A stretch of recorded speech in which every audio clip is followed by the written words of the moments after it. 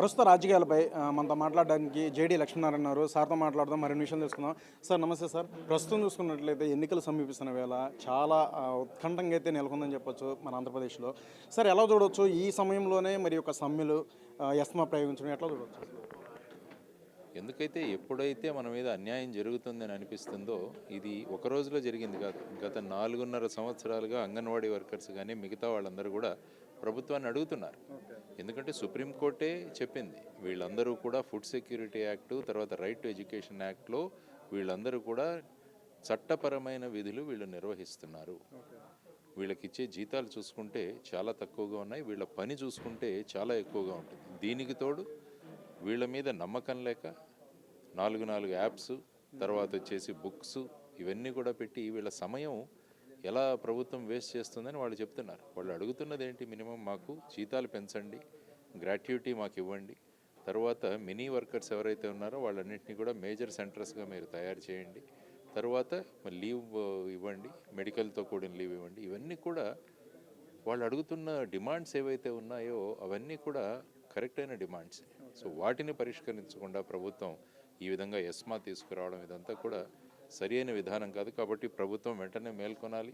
వీళ్ళందరి demands, anganwadi workers కావచ్చు, municipal workers కావచ్చు, సర్వశిక్ష అభియాన్ వాళ్ళు కావచ్చు, వీరందరికీ కూడా, ఎందుకంటే వీళ్ళందరూ ఎసెన్షియల్ సర్వీసెస్.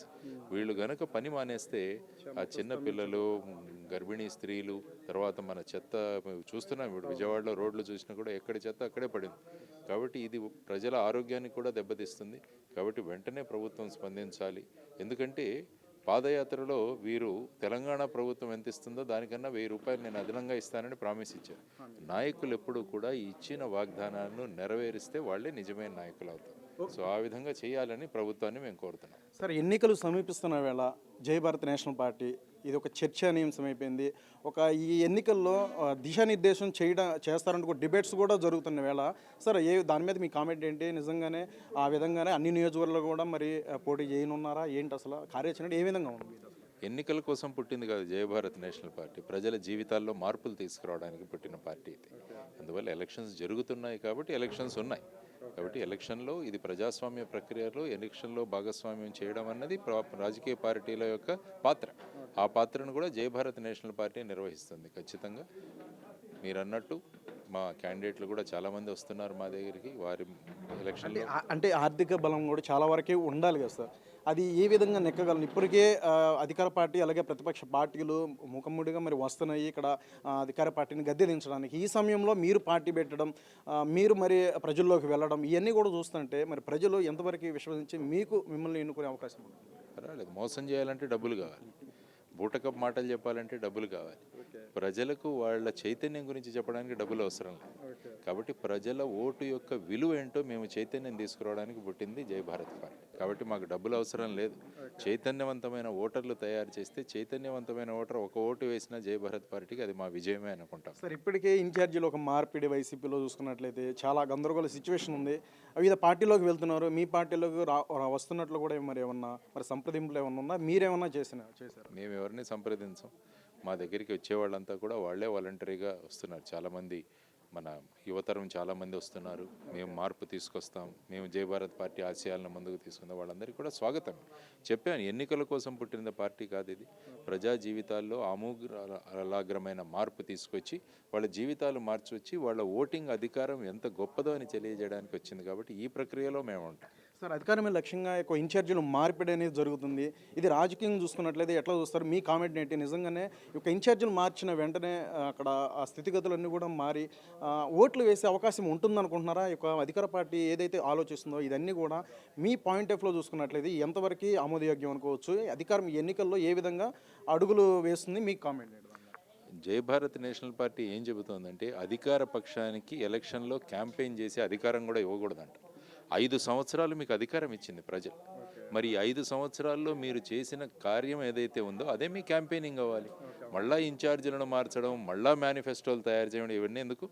కాబట్టి అధికార పక్షానికి ఎలక్షన్లో క్యాంపెయిన్ చేసే అధికారం ఇవ్వకూడదని ఎలక్షన్ కమిషన్ నిర్ణయించాలని మేము ఒక సూచన కూడా ఇచ్చాం వాళ్ళకి. ఓకే, ఇక్కడ జనసేన అలాగే టీడీపీ రెండు పొత్తుల్లో భాగంగా అధికార పార్టీని దించడానికి ముందుకు వస్తున్నారు కదా, ఎలా చూడవచ్చు? నిజంగానే ఇద్దరు పొత్తుల్లో భాగంగా ఈసారి చూస్తారా, ఓట్లు మరి వేస్తారా రెండింటి పార్టీలకి, ఎట్లా చూడవచ్చు? అందుకనే జై భారత్ నేషనల్ పార్టీ ప్రజలకు ఏం చెబుతుందంటే, ఒక డాక్టర్ మన పేషెంట్ని, ఒక వ్యక్తి ట్రీట్మెంట్కి వెళ్తే వాడిని ఐసీయూలో పెట్టారు.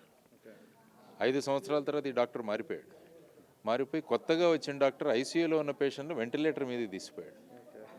కాబట్టి మీరు ఐసీయూలో పెట్టిన డాక్టర్నే మళ్ళా కోరుకుంటున్నారా, లేకుంటే మొత్తం ఈ పేషెంట్నే హాస్పిటల్ నుంచి బయటికి తీసుకొచ్చే డాక్టర్ని మీరు కోరుకుంటున్నారా? ప్రజలు ఆలోచించారు. పేషెంట్ని హాస్పిటల్ నుంచే బయటికి తీసుకొచ్చే డాక్టరే జై భారత్ నేషనల్ పార్టీ. కాబట్టి ఆ డాక్టర్లు ఉన్నాం మేము అందరం కూడా నిర్ణయించుకోవాలి. చివరి చెప్పండి, మీ కార్యాచరణ ఏ విధంగా ఉంది? ఇంకా రేపు ఎల్లుండి 2 రోజులు కూడా మరి ఎలక్షన్ కమిషన్ ఒక అధికారులు అయితే ఇక్కడ పర్యటించడం, ఎన్నికలు కూడా వచ్చే సందర్భాలు కూడా కనిపిస్తున్నాయి నెక్స్ట్ మంత్ లోపు. ఏ విధంగా మీ కార్యాచరణ ఏ విధంగా ఉంది? ఎలక్షన్ కమిషన్ కలవబోతున్నాం. మేము చేయాల్సిన డిమాండ్స్ ఎలక్షన్ కమిషన్ కోరుకుంటున్నవన్నీ కూడా లెటర్ తయారైంది, రేపు వెళ్ళి వాళ్ళకి ఇవ్వడం జరుగుతుంది. ఎలక్షన్లు పారదర్శకంగా నిర్వహించాలంటే ఏ విధంగా మీరు చేయాలని చెప్పేసి సూచనలు కూడా ఇందులో ఇచ్చాం. ఆ తర్వాత అదే చెప్పాను, ఎలక్షన్ల కోసం పుట్టిన పార్టీ కాదు, ఇది కొనసాగుతున్న పార్టీ. పుట్టిన పార్టీ కాబట్టి ఇది కొనసాగుతుంది.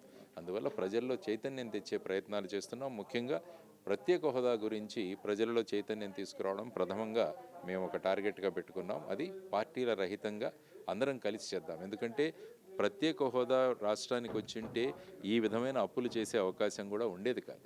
ప్రత్యేక హోదా తీసుకురావడం వల్ల అన్ని పార్టీలు కూడా ప్రత్యేక హోదా తెస్తామని చెప్పి ప్రజలని మోసం చేసింది. కాబట్టి ప్రజల యొక్క శక్తిని గుర్తించడానికి జై భారత్ నేషనల్ పార్టీ అన్ని పార్టీలను కలుపుకొని ఎన్నికల ముందే ప్రత్యేక హోదా తెచ్చేటట్టు చేసుకుందామన్న కార్యప్రణాళిక రచిస్తున్నాం. 26 జనవరిలో కూడా ప్రజలందరినీ కూడా ఒక ప్రతిజ్ఞ చేసుకోమని, ఈ విధమైన బ్యాడ్జ్ ఏదైతే ఉందో ప్రత్యేక హోదా ఆంధ్రప్రదేశ్ హక్కు అన్న బ్యాడ్జ్ ధరించండి, అన్ని రాజకీయ పక్షాలు ఎవరైతే మీ దగ్గరికి ఓట్లకు వస్తాయో వాళ్ళని బ్యాడ్జిని ధరించమని, ఆ శపథం తీసుకోమనండి అన్నది జై భారత్ నేషనల్ పార్టీ ముందుకు వెళ్ళబోతుంది.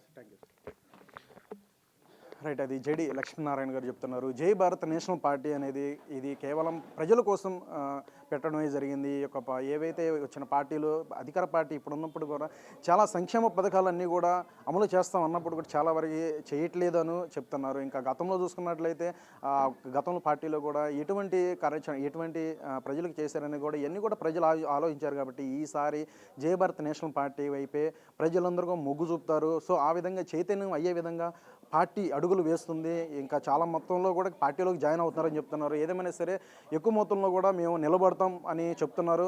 ఇంకా కార్యాచరణ అనేది మరిన్ని రోజుల్లో కూడా ఇంకా చెప్తామని చెప్తున్నారు. వీడియో జర్నలిస్ట్ దాస్తో ప్రవీణ్, క్యూబ్ టీవీ, విజయవాడ. ఇప్పుడు ఆపరేషన్ లేకుండానే మోకాళ్లకు ప్లాస్మా ట్రీట్మెంట్, మీ ఆర్థోపెడిక్ సమస్యలన్నిటికీ రోబోటిక్ టెక్నాలజీ ద్వారా తక్కువ ఖర్చుతో శాశ్వత పరిష్కారం, ఫ్రీ కన్సల్టేషన్, ప్రతి ట్రీట్మెంట్ పై 20% డిస్కౌంట్. ఈ ఆఫర్ కొద్ది రోజులు మాత్రమే, త్వరపడండి. V9 hospitals 9281465842.